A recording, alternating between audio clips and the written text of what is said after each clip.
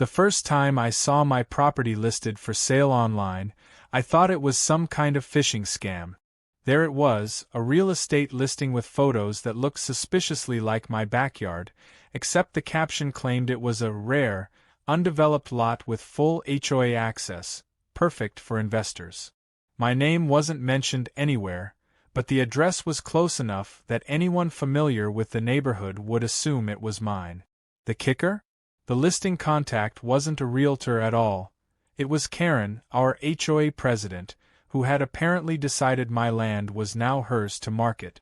To be clear, I own 3 acres tucked right behind the neighborhood's cookie-cutter homes, separated by an old stone wall that predates the subdivision. My grandfather left it to me, and the land isn't part of the HOA. Karen has tried for years to pull me under her jurisdiction, first by sending me letters about lawn maintenance, then by warning me about parking restrictions, even though my truck sat squarely on my own gravel driveway. Each time, I sent back polite but pointed notes explaining that my land was not and never would be part of her fiefdom. She never seemed to process that. So when I saw the listing, I laughed at first. It was too absurd, too legally reckless. But then I thought about it. Karen didn't just put up a fake listing for fun. She was clearly hoping to find a buyer gullible enough to think they could swoop in, buy my land, and then force me to leave. It wasn't just a power move. It was a calculated attempt to intimidate me into compliance. The next morning, I found a flyer taped to my mailbox. Karen's handwriting, blocky, furious, with little underlines under every other word, declared that community property will be auctioned to preserve HOA standards. She didn't use my name, but the implication was clear. She wanted everyone to believe my land belonged to the HOA, and she was auctioning it to pay for her pet projects, like the absurd brick entrance gate she had been lobbying for. Neighbors started calling me. Some laughed, others were confused. One couple asked if I was really moving out. Another whispered that Karen had been telling people I was behind on dues. Dues, I should mention, I have never owed because I am not a member. She had gone full propaganda mode, spreading half-truths and outright lies, hoping the pressure would force me to fold. Instead, I printed out copies of my deed, highlighted the line that stated in plain legal English that the property was not subject to any HOA covenants, and walked them over to the HOA office. Karen was inside, perched behind the desk like some kind of suburban monarch, flipping through papers with the self-importance of a judge about to issue a ruling. I placed the papers on the desk. "Before you keep marketing what isn't yours," I said, "you might want to read this." Karen didn't look up. "This community has standards, and everyone benefits from them. Your land is unsightly, overgrown, and dragging down our property values." I smirked. "That's fascinating, considering it's zoned agricultural and doesn't answer to you or your bylaws. You might want to be careful about committing fraud." That got her attention. She snapped her head up, eyes flashing. "It's not fraud if the community decides it's necessary. We voted. On property you don't own?" I asked. "That's like me holding a vote on your house. By the way, congratulations, you lost. Unanimously. I voted you out." Her face turned red, but she kept her composure, leaning back with the smugness of someone convinced of her own invincibility. "People will see through your stubbornness. The buyers are already interested. You can't stop progress." That was when it hit me. She wasn't bluffing. She was actually planning to hold a sale, maybe even a public auction. The kind where people wave paddles and outbid each other in real time. And if she had convinced even a handful of neighbors that she had the right to sell, there would be a circus in my front yard before long. I went home that night and poured myself a drink, weighing my options. Calling the sheriff was obvious, but it felt too easy. Besides, if Karen had truly arranged an auction, then letting it play out could expose her in the most humiliating way possible. And if I played it right, I could make sure she wasn't just embarrassed but permanently discredited.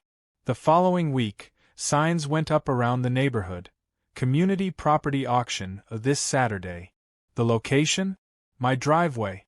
Karen had actually scheduled an event on my land. People buzzed about it like it was some sort of block party. I overheard one neighbor saying he planned to bid, just to keep developers out. Another said Karen promised proceeds would go toward a new pool renovation. I didn't stop them. In fact, I encouraged it. I put on my calmest smile, waved to curious neighbors, and pretended not to care. The more they believed I was clueless, the harder Karen would crash when the truth came out. Saturday arrived, and my gravel driveway filled with folding chairs, a cheap podium, and half the neighborhood. Karen stood front and center, wearing a blazer a size too small, holding a stack of papers like she was presiding over Wall Street itself. She opened with a speech about preserving community integrity and reclaiming neglected land for the good of all. The auction began. Hands shot up, paddles waved, and numbers were shouted. Bids climbed into the tens of thousands. I stood to the side, arms folded, watching the theater unfold. Karen was radiant, basking in the illusion of power, calling out numbers like a professional auctioneer. And then came the twist I had orchestrated. Because unbeknownst to Karen, I had called a local realtor friend the day before and asked him to stage a surprise of our own. He had quietly listed a property for auction that morning, Karen's home.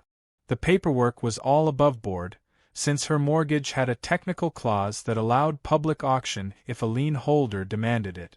My friend knew someone who had bought her small unpaid debt from a contractor, and with the right legal push, the property was suddenly available.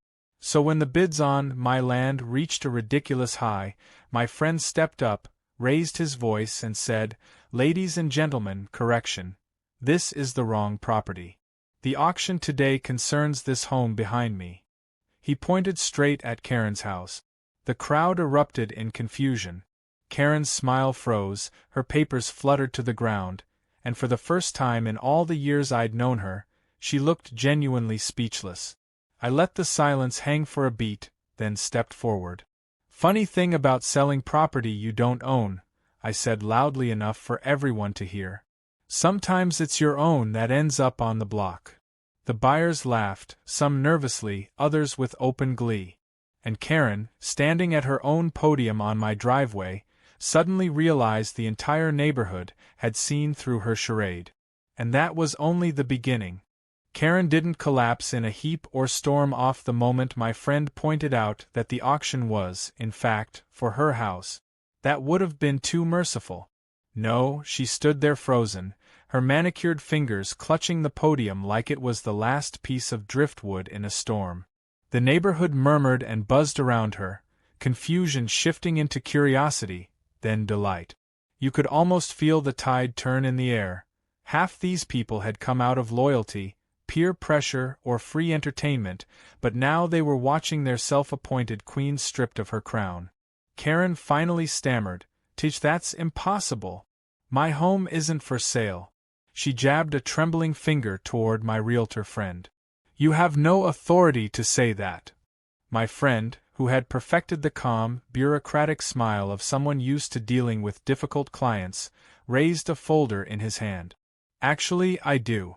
As the representative for the lien holder, I can confirm this property has been filed for public auction due to unpaid obligations. All paperwork is recorded and valid." He flipped the folder open, showing stamped documents that glimmered with official seals under the sunlight.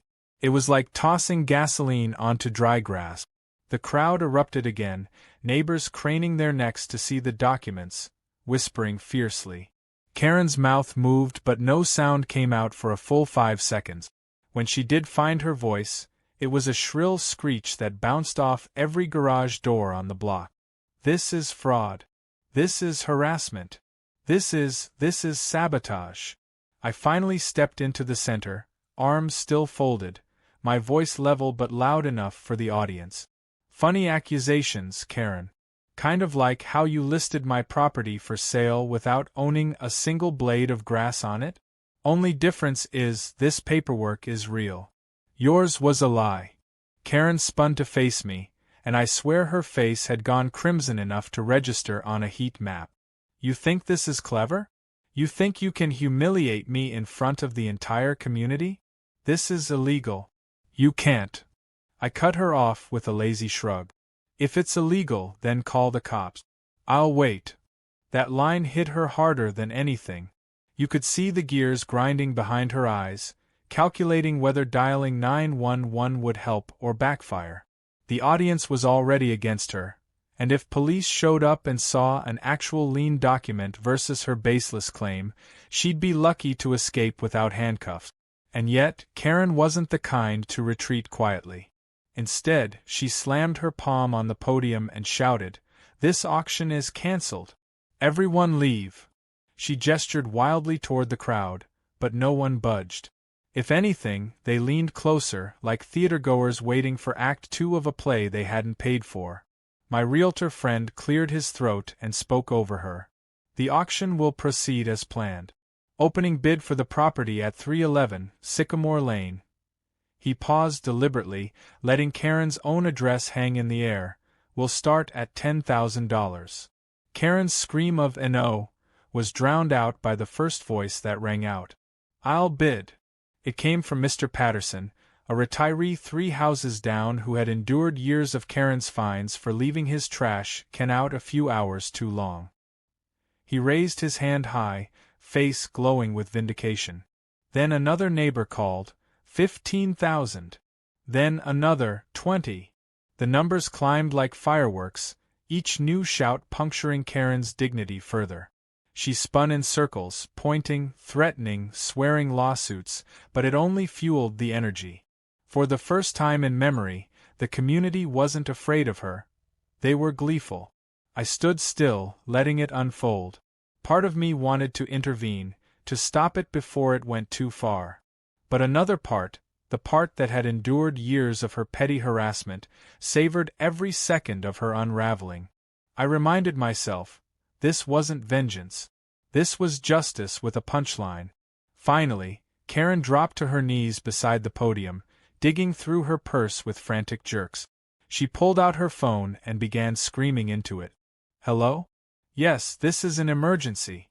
Fraud is being committed at my property. I need police immediately."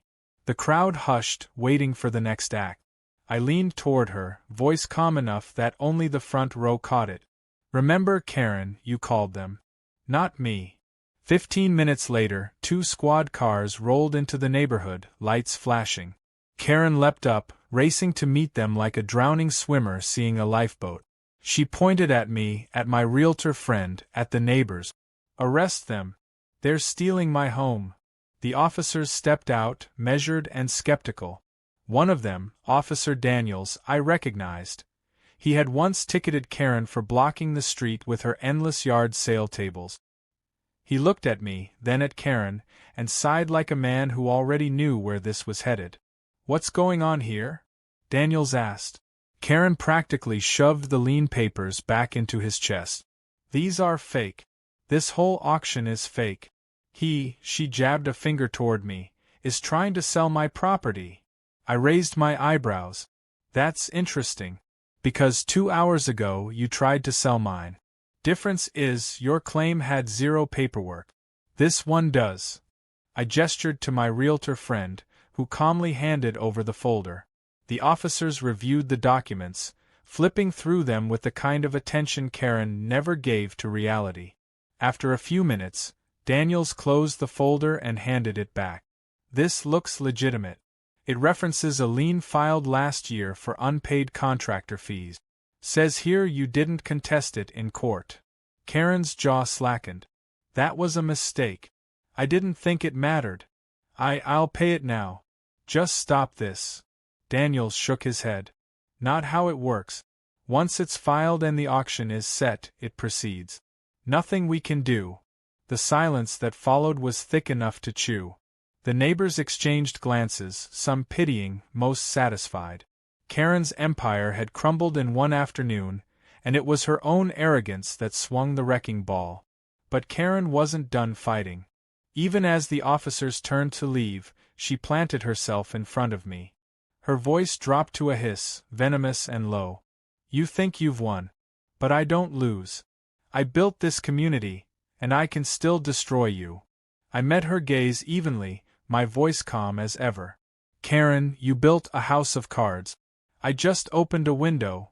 She spat a curse, shoved past me, and stormed into her house, slamming the door so hard the windows rattled.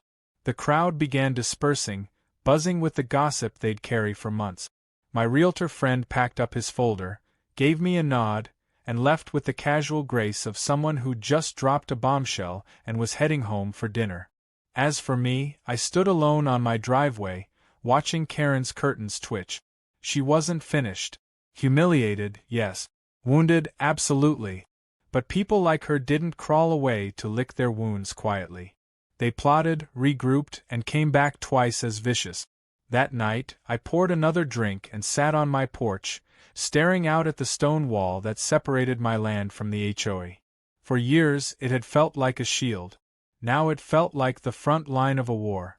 Because if there was one thing I knew for sure, it was this. Karen was about to escalate. And I was ready. The first sign that Karen wasn't finished came less than 48 hours after the auction debacle. I woke up to the sound of heavy machinery growling like an angry bear outside my window. When I stepped onto my porch, coffee mug in hand, I saw a backhoe parked half on the road and half in the ditch near my driveway. Two men in reflective vests were standing around smoking cigarettes, waiting for instructions. At first, I thought the county had sent a crew for utility work, but then Karen herself emerged from her house, strutting across her yard like a general inspecting her troops. She wore oversized sunglasses, though it was cloudy, and carried a clipboard she clearly believed gave her authority. She pointed toward my stone wall and barked something at the workers. I couldn't hear the words over the engine, but I didn't need to. She was ordering them to demolish the wall.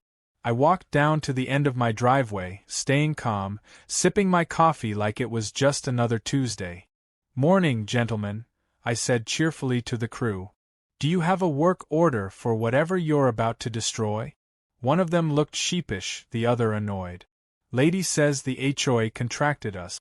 Said this wall is community property and we're supposed to clear it." I smiled thinly. "That's adorable. Unfortunately, this land isn't HOA property, and if you so much as scratch a single stone, you'll be liable for damages.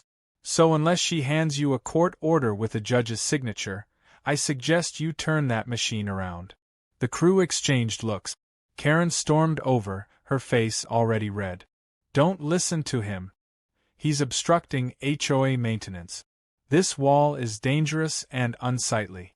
Tear it down immediately." I held up my deed, laminated for just this sort of occasion, and tapped the bold line that excluded my land from the HOA. "Do you want to explain to a judge why you destroyed private property after being warned not to? Because I'll be very happy to watch you try." The sheepish worker stubbed out his cigarette. "Yeah, we're not getting involved in this. Sorry, lady." They climbed back into the truck, turned off the backhoe, and rolled down the street, leaving Karen spluttering on the curb like a kettle boiling over. "Fine," she screamed after them.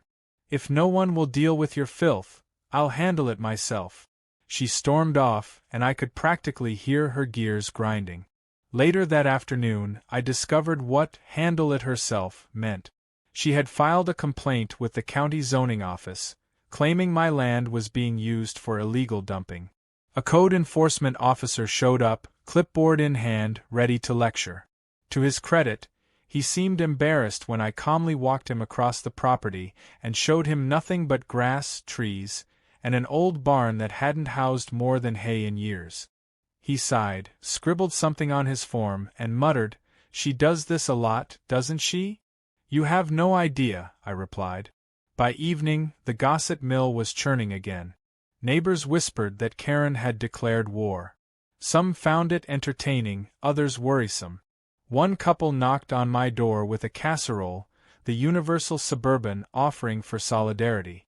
They told me Karen had been ranting in the last HOA meeting about defending community standards against my hostile encroachment. According to her, I was planning to sell my land to developers who would build low-income apartments and ruin everyone's property values. I couldn't help but laugh. That's creative, I said. Give her another week, and she'll accuse me of opening a circus. But the truth was, her lies were gaining traction. By painting me as a threat to the community, she was trying to rally support, to reframe her humiliation as heroism. And some people, weary of conflict, were starting to buy it. I knew I couldn't just sit back and hope logic won. Karen thrived in the absence of accountability. She spun narratives until people believed them simply because they'd been repeated often enough. If I wanted to end this, I needed to outmaneuver her, not just outlast her. The opportunity came sooner than expected. A week later, a notice appeared in mailboxes. An emergency HOA meeting, mandatory attendance. The subject line read, Community Protection Initiative. It didn't take a psychic to know what that meant. I showed up early, sitting in the back of the stuffy clubhouse room while Karen set up at the front. She had a projector, charts, even a slideshow. The woman had gone full propaganda minister. As the room filled, she cleared her throat and launched into her speech. She clicked through slides showing stock photos of decaying buildings, graffiti-covered walls, and trash-strewn lots, none of which were mine, of course.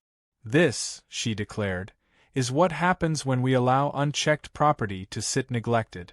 Our home values plummet. Our safety is compromised. And right now, we face exactly this threat at our border. She gestured toward me dramatically. Mr. Independent here refuses to comply with community standard.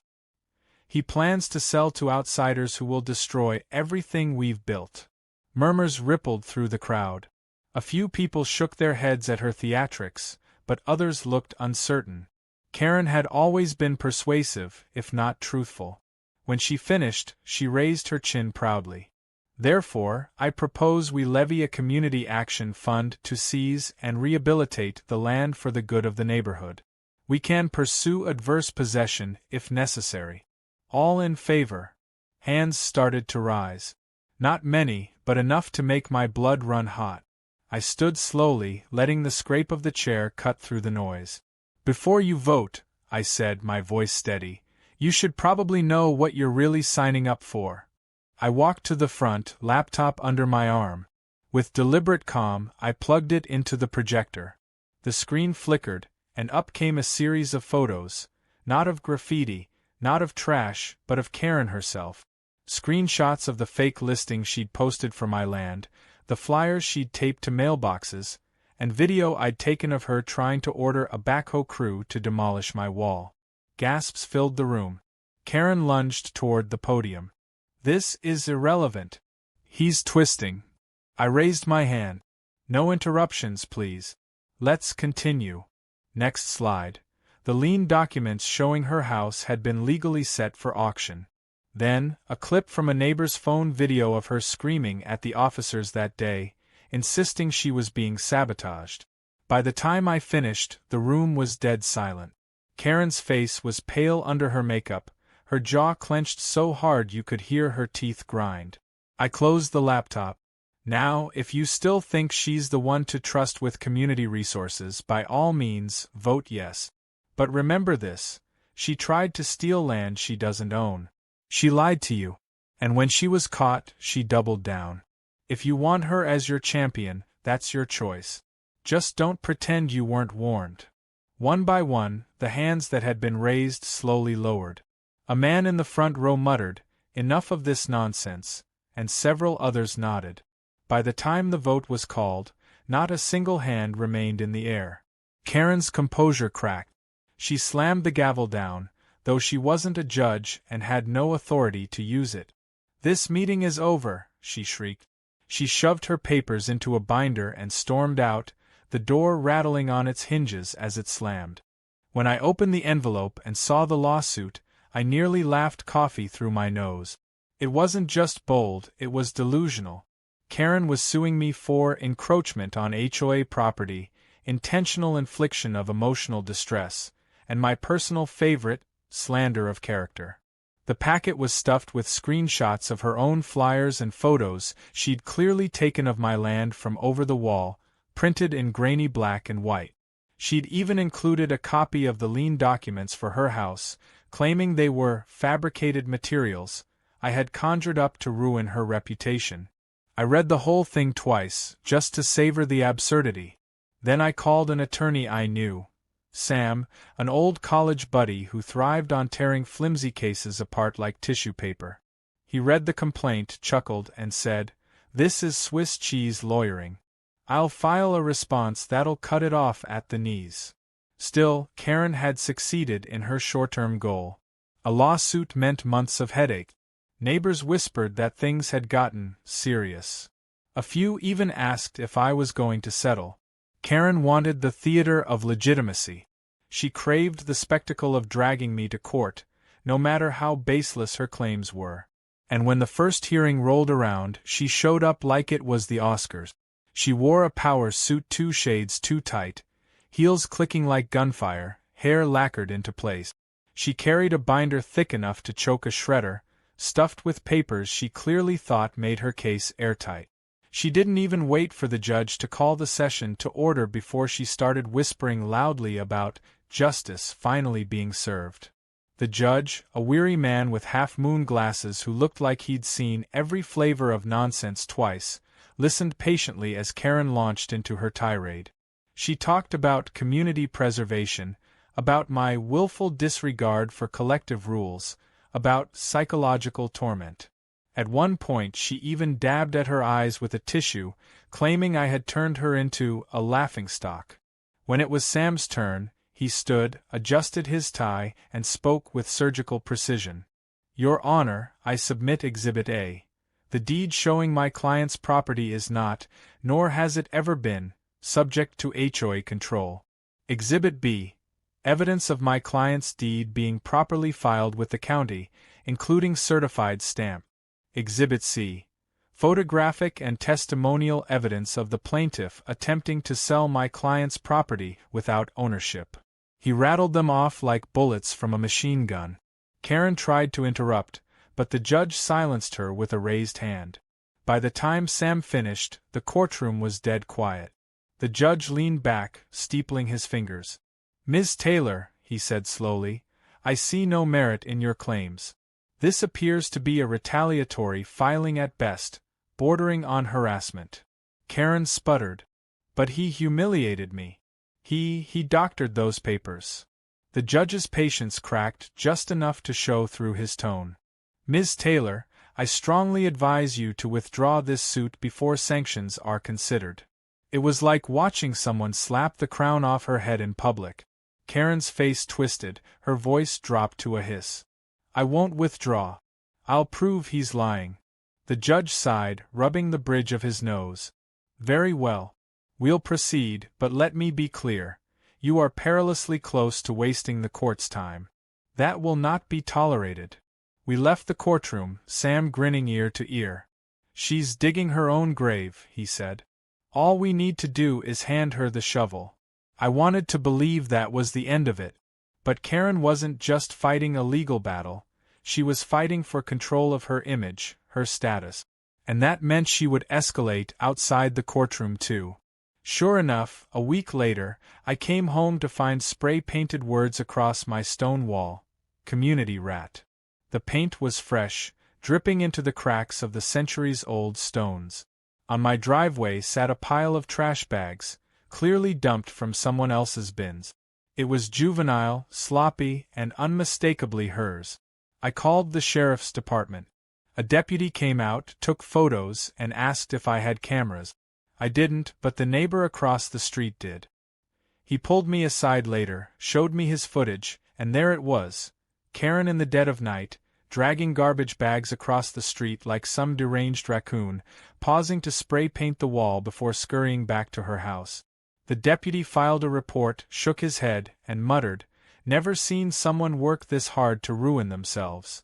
I installed cameras the next day. Not just for evidence, but because I knew Karen. If she got caught once, she'd double down rather than quit. Sure enough, the cameras caught her 2 nights later sneaking into my yard with a pair of garden shears, clipping my shrubs down to stubs. She even stole a lawn ornament from the edge of my driveway. I let her get far enough before stepping out with a flashlight. "Careful, Karen," I said, voice calm and steady. "Vandalism's one thing. Trespassing's another. You're stacking charges like poker chips." She froze, eyes wide in the glare of the light, then bolted back across the street without a word. I sent the footage to the sheriff's office. Within days, she received a citation. Not jail yet, but enough to sting. Neighbors started whispering louder now, not about me, but about her. The queen of community standards was being documented as a vandal. Her credibility was rotting faster than the trash bags she'd dumped on my driveway. Still, I knew Karen's pattern. She would never admit defeat outright. She would escalate until she either won or imploded completely. And the implosion was coming. At the next court session, Sam submitted the vandalism reports as evidence of harassment. The judge's expression soured like spoiled milk. "Ms. Taylor," he said, voice sharp, "you are treading on very thin ice. One more stunt like this, and you will be held in contempt." Karen sat stiffly, lips pressed into a thin line. But her eyes, those wild, darting eyes, told me she wasn't done. She was calculating, scheming. When the session ended, she brushed past me in the hallway, whispering just loud enough for me to hear, "If I can't take your land, I'll ruin its value. Watch me." And she did try. Over the next week, she contacted the county health department, claiming I was breeding rats in my barn. She called the fire marshal, alleging I was storing flammable chemicals. She even mailed anonymous letters to neighbors suggesting I was behind on taxes and that my property might be seized soon. Each claim fizzled out when officials investigated and found nothing, but each one ate into my time and patience. I kept calm, documented everything, and let Sam pile it into our countersuit. Because yes, we were filing one, harassment, defamation, damages. If Karen wanted a legal war, she was about to find out what one really looked like. The real twist came 2 weeks later when I received a call from a developer. Not one I knew, but one who had apparently been contacted by Karen herself. She had tried to sell him on reclaiming my land for a housing project. He forwarded me the email chain. It was a goldmine, proof she was actively trying to sabotage me, meddling in business deals with outright lies. When the countersuit was filed, the neighborhood changed overnight. The gossip that once swirled around whether Karen could save the community turned into whispers about whether she could save herself. People stopped waving at her when she drove by. The friends who once filled her living room for HOA meetings suddenly remembered other plans. Even the board members, her loyal lieutenants, started distancing themselves, murmuring about letting the lawyers sort it out. For the first time in years, Karen was isolated, and she knew it. The court date for the countersuit landed on a humid Friday morning. I wore the same calm smirk I'd worn through every chapter of this saga, but inside I was sharp and focused. Sam had everything prepared: documentation, videos, photos, and the crown jewel. The email chain showing Karen actively sabotaging me with developers. The judge we'd drawn this time was sharper than the last, a woman with a reputation for slicing through nonsense like a scalpel. Karen showed up again in full regalia, another too-tight power suit, hair pulled back so taut it looked painful, binder clutched like a shield. She locked eyes with me across the courtroom, and for a moment I saw it, the raw desperation underneath the veneer. She wasn't fighting for land anymore. She was fighting for her throne. Sam opened cleanly, methodically. "Your Honor, this is not a dispute about property lines or community standards. This is about a systematic pattern of harassment, defamation, and unlawful interference by Miss Taylor against my client." He laid out the vandalism, the false reports to county offices, the phony auction, the fraudulent listings, and finally, the developer emails. Each piece stacked neatly atop the last, building a wall even Karen couldn't bulldoze. Karen tried to object at every turn. She called the emails fake, the videos deep fakes, the neighbors biased. The judge listened, unimpressed. When her turn came, Karen launched into one of her tirades, pointing at me, at Sam, even at the gallery where a handful of neighbors had come to watch. He is a danger to this community. He's manipulating you, manipulating everyone, turning decent people against me because I dared to uphold standards. The judge cut her off with a flat voice. Ms. Taylor, do you have evidence that directly rebuts the documents presented? Karen stammered, flipped through her binder, and finally held up a handful of flyers, the same ones she had posted around the neighborhood months earlier, claiming my land was for sale. This proves he's trying to sell. The judge adjusted her glasses. This appears to be your handwriting. Karen faltered. Well, yes, but... The judge set the papers down. Ms. Taylor, this is not evidence against the defendant. This is evidence of your own actions. Actions that appear fraudulent. A murmur rippled through the gallery. Karen's face drained of color. She opened her mouth, closed it again, then collapsed into her chair, clutching the binder like it might save her from drowning. By the end of the session, the judge ruled decisively in my favor. The lawsuit Karen had filed against me was dismissed with prejudice, meaning she couldn't refile. My countersuit moved forward, with the judge noting, a compelling case for damages and potential sanctions. It was over, at least on paper. Karen had lost. But the true finale came later that week, when the HOA board, sensing the ship sinking beneath them, called an emergency meeting, not in the clubhouse but in the open air of the cul-de-sac. Dozens of neighbors showed up, more than I'd ever seen for one of these gatherings. There was no podium, no slideshow. Just folding chairs, a cluster of uneasy board members, and Karen standing off to the side, arms crossed, scowling at the ground. The board president, a man who had always been Karen's second-in-command, cleared his throat. We need to address the situation. It's clear Ms. Taylor's actions have placed the HOA in legal jeopardy.